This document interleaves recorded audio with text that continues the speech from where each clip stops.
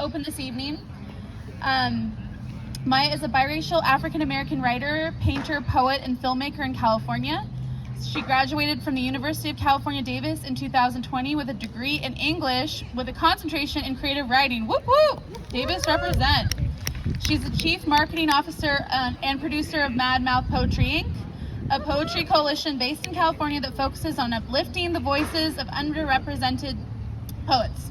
She's been published in a variety of magazines, from the Parkland magazine to Risk Press, and has had her poetry taught in the classroom at San Mateo Community College. Maya is currently studying film at NYU while working on poetry and process projects. Let's give it up for Maya.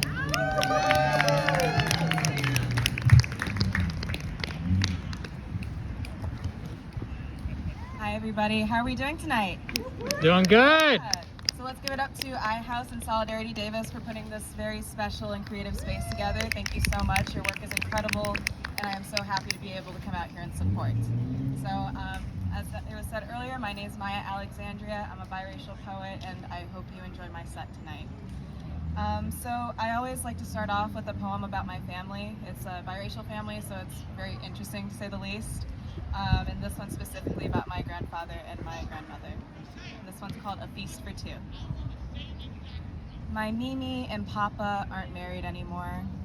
In fact, I don't think their tongues have known the spice of the other's name on their palates since my own splendid entrance into the universe. But I bet you anything in the world that those two could drink from the broth of the other's Louisiana sun-dried memories and savor those chunks of Andouille dialect until the itis interrupts their feast for the last time.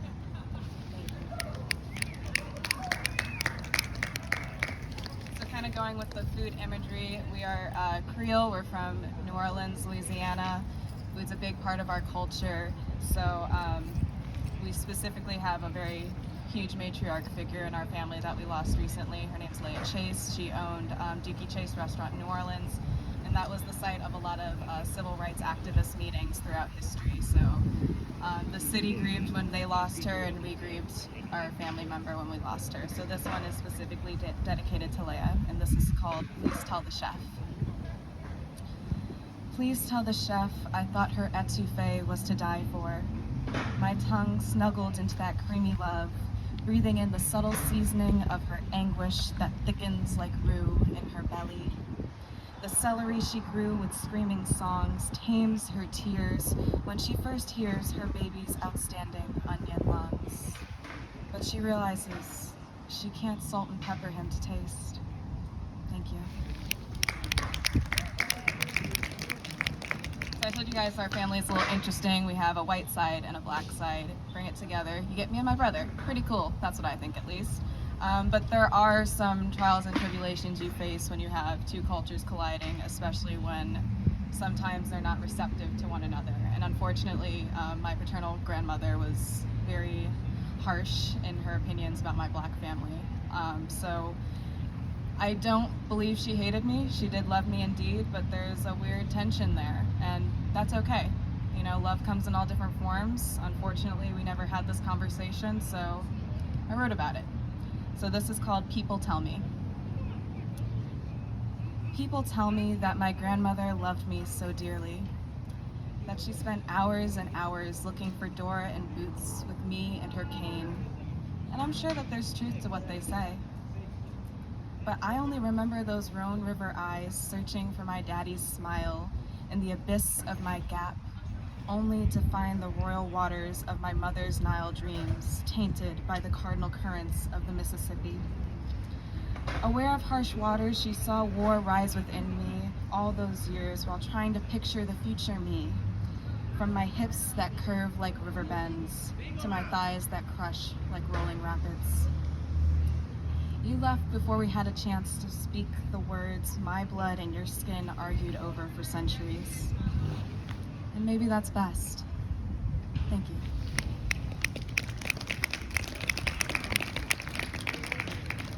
So, being biracial in America is kind of an interesting experience. I'm a little on the fair side, if you guys haven't realized. So I'm on the end of the rainbow, I like to say.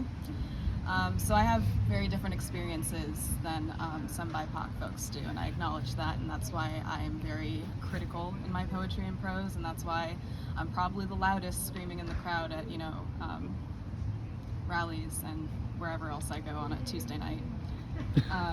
So this one I wrote when I was feeling a little stuck in my identity, I suppose. And I like to look at flowers and research them when I have the time. It just makes me happy. They're just beautiful pictures of art naturally from the earth.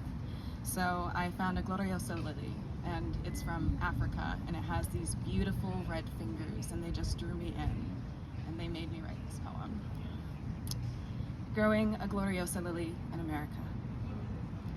An almost impossible task when you remember that I was stolen as a sapling from my garden Eden, called a weed among white clovers, and planted in sandy soil too saturated with familial screams and sorrows to grow. But it's still a task, and it's not impossible. My roots know the mother tongue of those screams and sorrows still clinging to the soil, spilling secrets into my stem, pushing for me to bloom into scarlet fingers, reaching towards the sky, not fearing the weeds shadowed by my petals. After all, I am a gloriosa lily.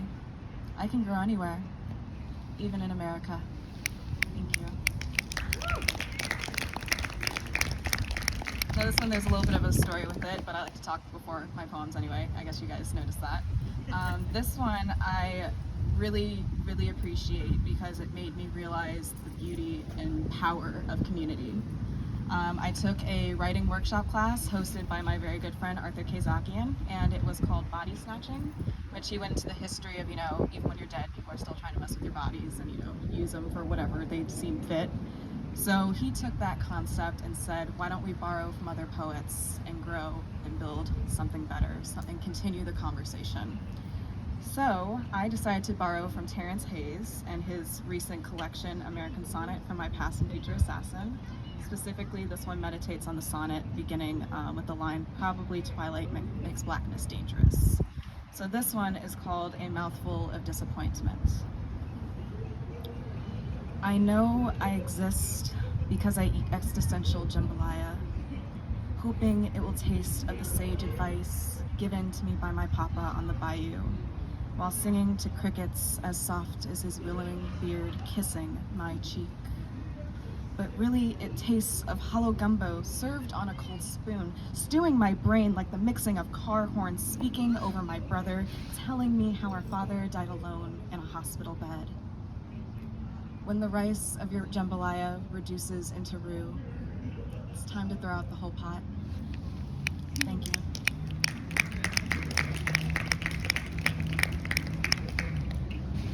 As you guys can tell, I'm very organized up here. Trying my best. So this one I wrote after the protest in Sacramento, and the officers came out looking like the militia, basically, just because we were singing in solidarity. And my first thought was, well, I don't think we're singing that badly. That's kind of overkill. But I used my privilege, got up front, and just started yelling and screaming. And was it productive? No, but I felt better. And so it was another moment for me to acknowledge, my privilege as white passing, and I'm learning how to step up to the mic and when to step back from the mic too. So this is called In Their Black Brilliance. In their black brilliance, I stand by the sidelines holding on to my breath like a camera. For I am not a suitable subject for this space, even though we are siblings in blood, but strangers in skin. So I do what I can. Focus each breath, shift into the sun, and commemorate. Thank you.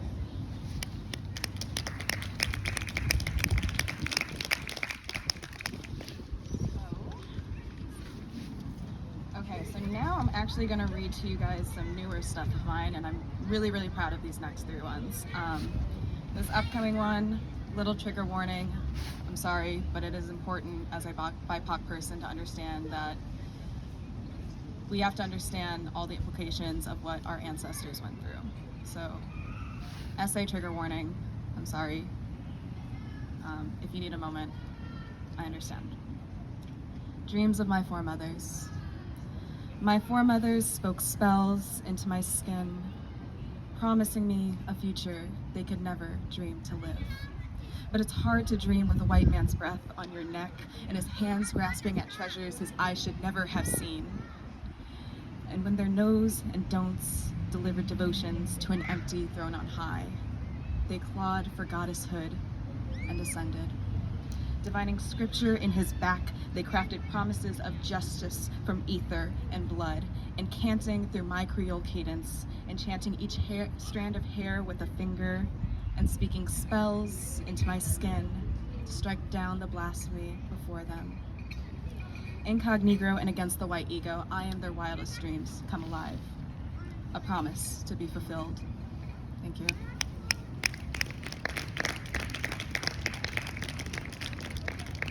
So not only am I a BIPOC individual, I am also a woman, and I understand the struggles that other minority groups, including gender minority groups, go through. And we've seen in the news that unfortunately women's rights are not secure, and that's messed up. And I personally don't agree with that. I would like to live in my body knowing that I have full control of my body. So not so much a trigger warning, but maybe earmuffs for the kids on this one. So fair warning. This one is called Kingdom Come. If my pussy didn't need to stand trial, be crucified and burned at the stake, then resurrected again just to endure yet another trial, then my kingdom has come and my will done. I could pick a pocket without fear, because who should die hungry, or even escape into sisterhood to live the purest form of my life. My pussy isn't your political playground, it is my pleasure palace, where I am both the knight in shining armor and the queen. And long live the Night Queen. Thank you. All right, and I know I'm coming up on time, so I'm ending with my newest poem. It's nothing to do with BIPOC, really, nothing to do with any sort of minority group. It's just me writing about my astrological sign. So do with that what you will, take with it what you will. I do think there's a message in there, and I hope someone can take something away from it. So, opposite signs. It's hard out there for an Aquarius in a world that expects water from her when she only has her last breath to give. Especially when she'd surely give it for but a crumb of knowledge on how to transmute her breath into wanted water. No wonder Leo preys upon her heart, crossing cosmos and hopping horoscopes at the slightest whiff of her retrograde, because her gift will be the finest feast for a fire already burning too bright. Thank you so much, everyone.